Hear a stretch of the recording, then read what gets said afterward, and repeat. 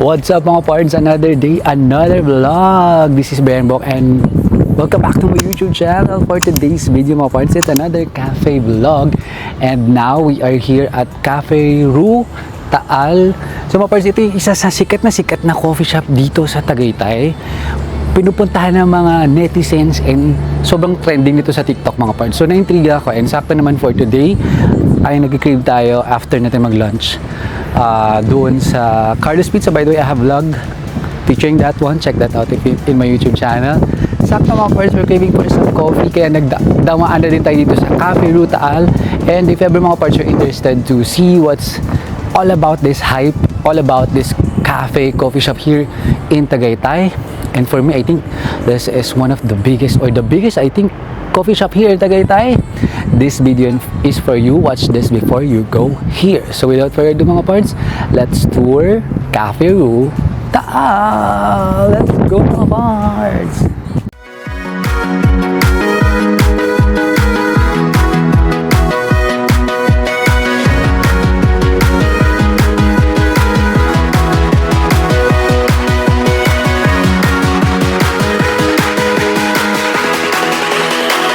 Dos, tres.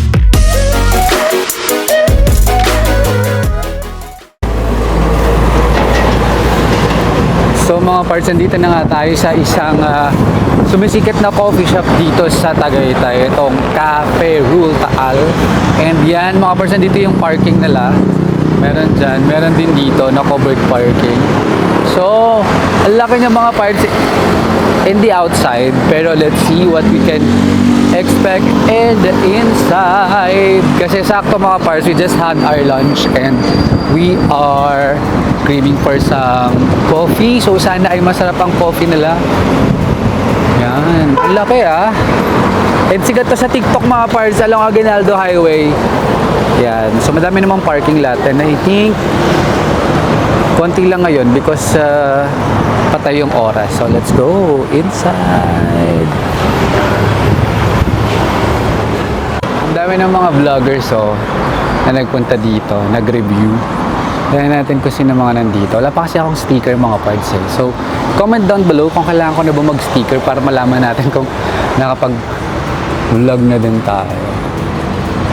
So yeah, now let's go inside.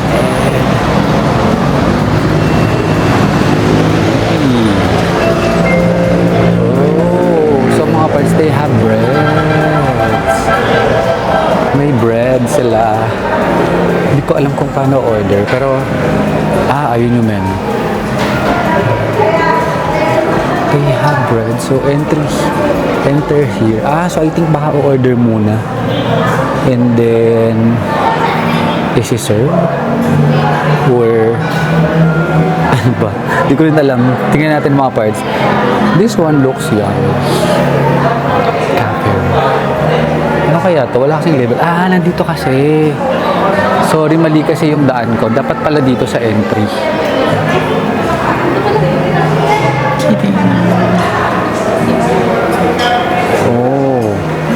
Ano kaya to? Looks interesting. This is Crazy Bread. Crazy Cheesy Bread, 130. And ito pala yun. Pana-chocolate, 160. And ito yung kanilang other desserts, I think. Ang dami. They have cheesecake, 280. Wow. Parang ang sarap. Ang dami nilang cheesecake. Over here. I wonder where is the coffee. Baka nandito. So, ito siya mga pards. Bago tayo mag-order, dahil pa kasi dun sa counter. Ang laki. Ito yung famous na umaandar. Ano bang tawag dito? Dangling chandelier. So, meron silang mga ganito. Ayan, for solo-solo. For groups. Meron din sa second floor. May something like this. And, ang ganda ng view dito. Sige, hanap tayo ng space. But before that, ay check muna natin yung second floor. And then, Lego dun sila. Check muna natin tong second floor. This reminds me of dun sa cafe sa sa Pampanga. Sa Clark. Ooh. Galing. So, ito yung second floor. Meron din sila outside. Malaki. Malaki talaga niya. And I think may food din kasi sila. Ayan yung taal. May elevator. Ang laki. So, hindi kayo maubusan ng space actually. Ayan o. Check natin yung labas.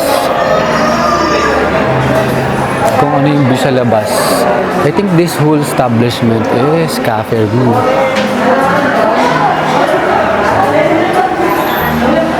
Ayan natin. Here. Wow, ang lamig. Oh, they still have a roof deck pa. Oh my God, ang laki niya. I think this is the biggest cafe, coffee shop here in Tagaytay, mga parts.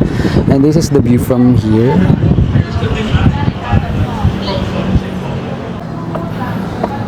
And mga parts, I think may roof deck pa din. Kaya sila may elevator. Kasi may ganito pa sila. Roof deck. Oh, wow. Nice.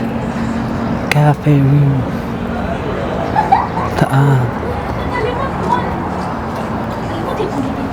Mainit lang ngayon, but malamig. So, okay naman. Laki.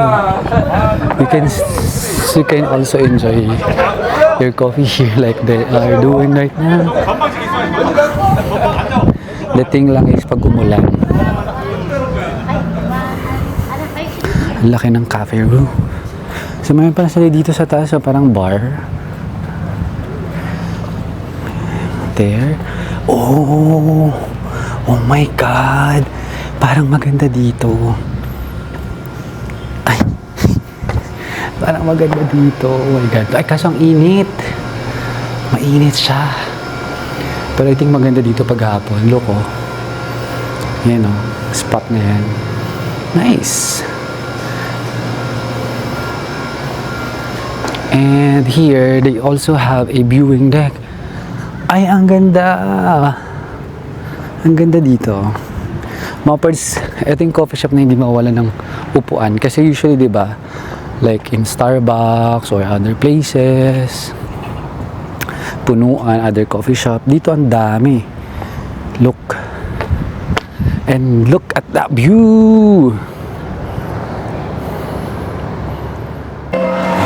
So mga pards, this is the menu. Meron lang all-day breakfast, which is yung cafe brunch is 600, corned beef 440. So yung range niya is 300 to 400. Salad and soup they also have, and pasta, pizza. So mga parts, pause nyo na lang to if you want to see the details. So pasta, it's 400. But of course, we went here for coffee. So, here is their signature drinks. Lotus Latte, which is 290. Hot, 290. Dirty Chocolate Latte, 260. And yeah, yung range niya is around 260. Oh, parang mga dessert, coffee, and drinks sila. They also have tea, lemonade, juices, non-coffee, and everything. Ang dami mga pads. So now, let's order. Let's go!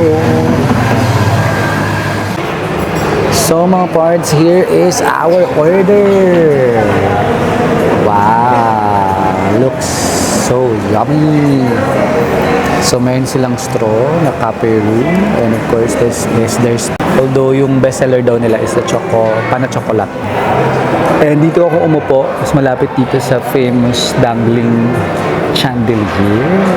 Like parang ano siya, teardrops or water drops that keeps on going up and down. So now let's taste the famous Lotus Ice Lotus Latte. So, 290, like, ang presyo niya mga parts is like parang Starbucks, more than Starbucks. So, kung tikman natin. Oh my God. Masarap siya mga parts. For me, masarap siya. Kasi, ako as a person na very sweet ang tooth. Mahilig sa desserts. Yung one, since meron siyang biscuit, medyo matamis. And yung coffee, hindi mo na masyado malalasahan because marami na siyang nilagay. Like, meron ng cream. And of course, may caramel pa dito, may biscuit pa. So, the coffee is very minimal. But masarap siya. So, buti na lang mga pars, hindi na ako nag-order ng pastry kasi pwedeng ito na yun. Parang dito na yung dessert. So, after nyo mag-lunch, somewhere here in Tagaytay, you can have a dessert coffee here or dessert coffee here. Malaki siya as nakita nyo naman sa video. The taste is good and the price is a little bit in the middle. Hindi siya mura, hindi rin siya mahal. But for the experience, of course, mga parts, try natin to. And, yeah, okay din siguro itong mga parts with friends and families kasi maganda yung view and maganda yung experience. Maganda yung view sa taas. Maganda rin siguro mga parts kung sunset. Hindi umaga. Kasi medyo mainit ngayon. But for now, let's enjoy our Ice Lotus Latte.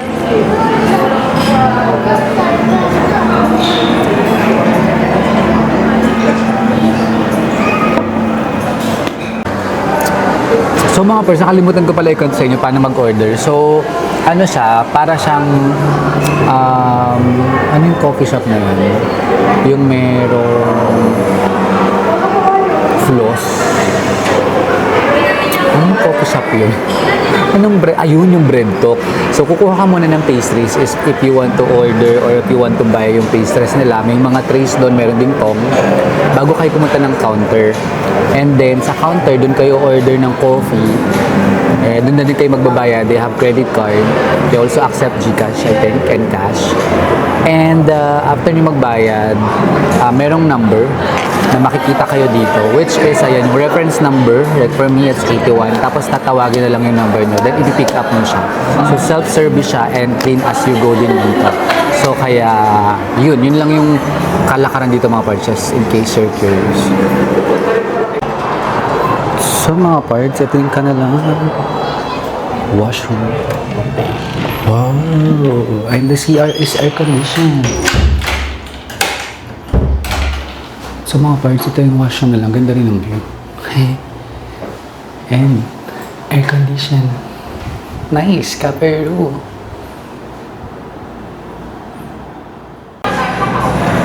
So, there you have it mga parts. Tapos na naman ng ating isang quick cafe vlog featuring itong Cafe Rutaal dito sa Tagaytay. And nakita niyo naman mga parts, ang ganda ng location dahil along Aguinaldo Highway lang siya. Ang ganda ng view. Ang laki niya, hindi kayo maubusan ng space. And then, perfect din siya for family bandings and friends. Instagrammable din siya. Nakita niyo naman, sikat na sikat sa TikTok. And marami din siya in terms of the food choices. Meron din siyang breakfast, soup, salad. Actually, madami siyang menu. But yung specialty nila is yung in-order ko, which is the, ano nga ba to? Which is the Ice Lotus Latte. Sarap siya mga parts. But yun nga, if medyo budgetarian kayo mga parts, yun, baka medyo mahal itong coffee na ito para sa inyo kasi almost 300 na siya. So yun mga parts, and I hope nagkaroon kayo na idea if ever you will be visiting Tagaytay and if you are curious about the Cafe Roux. But parts, I have a lot of Tagaytay vlogs, where to eat, where to stay, and anything under the sun, and a lot of travel vlogs. If you like my videos, please don't forget to subscribe. Please like, share, comment down below if you have questions, and please follow me on my social media accounts, Facebook, Instagram, and TikTok. Also at Biharambon. So yun mga parts, hanggang sa mga susunod kong YouTube videos. Stay safe and healthy. Bye!